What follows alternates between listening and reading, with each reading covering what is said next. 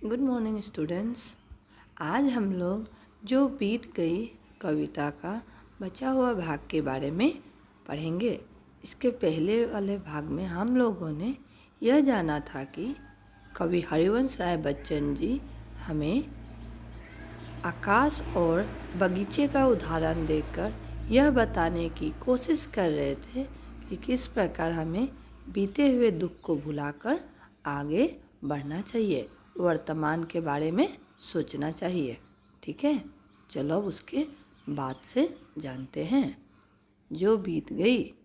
जीवन में मधु का प्याला था, तुमने तन मन दे डाला था, वो टूट गया तो टूट गया, मदिरालय का आंगन देखो। कवि हरिवंश राय बच्चन जी कहते हैं कि जीवन में मधु का प्याला था।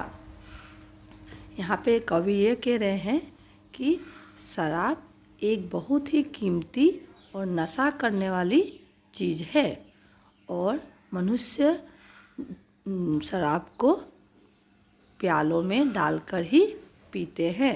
प्याला मतलब ग्लास। ठीक है, तो जिस प्रकार शराब पीने वाले मनुष्य के लिए शराब जितनी ज़रूरी है उतनी ही ज़रूरी है प्याला और या ग्लास। ठीक उसी तरह हर मनुष्य के ज़िंदगी में शराब और उसके प्यालों जैसी कीमती चीज़ें होती है और मनुष्य उसके लिए और उसको अच्छा से रखने के लिए कुछ भी कर सकता है। तुमने तन मन दे डाला था, तो वो मनुष्य उस कीमती चीज़ को अच्छा से अपने पास सुरक्षित रखने के लिए कुछ भी करता है।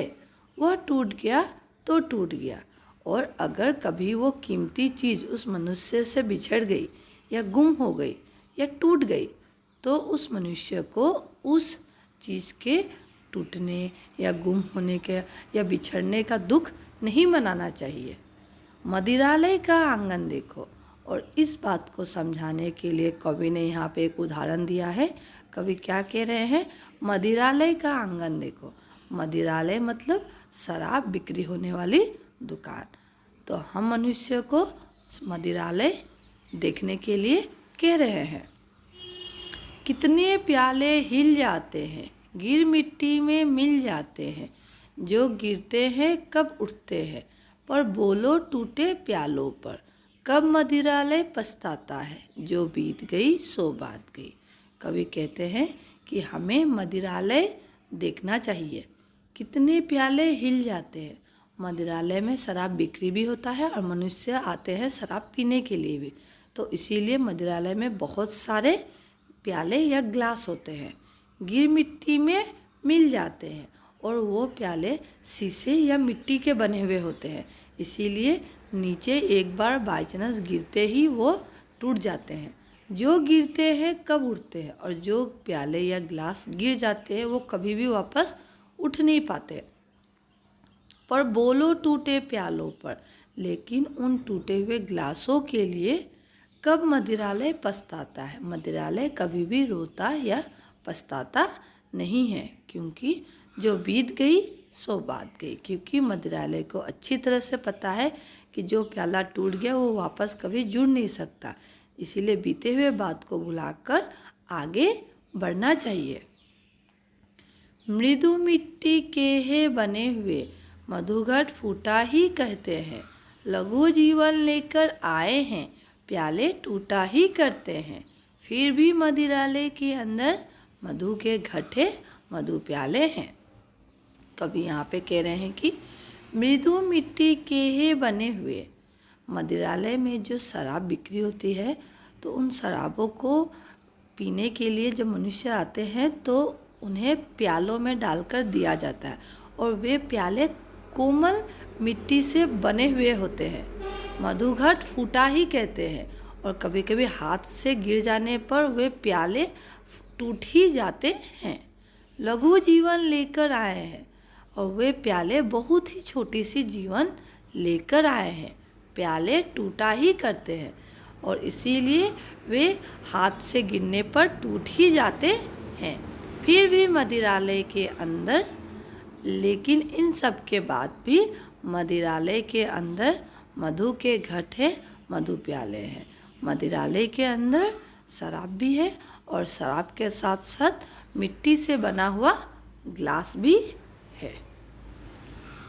जो मादकता के मारे हैं वे मधु लूटा ही करते हैं। वो कच्चा पीने वाला है जिसकी ममता घट प्यालों पर। कवि यहाँ पर कह रहे हैं जो मादकता के मारे हैं, मतलब जो मनुष्य को नशा हो जाता है शराब पीने का, वे कुछ भी करके अपना नशा को पूरा करते ही हैं। वे मधु लूटा ही करते हैं, वे कुछ भी करके शराब पीते ही हैं।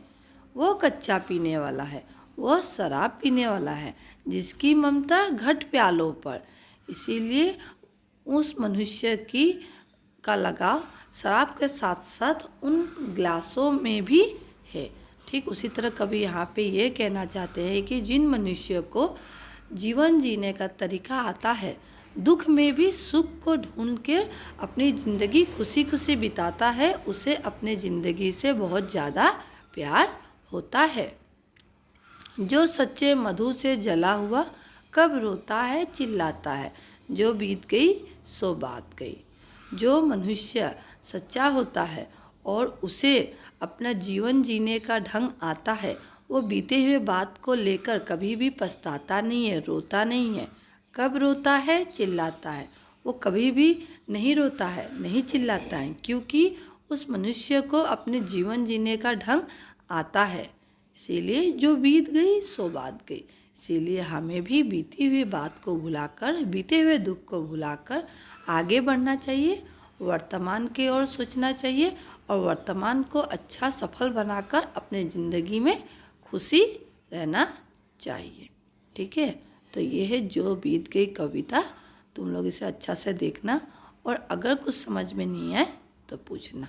धन्यवाद।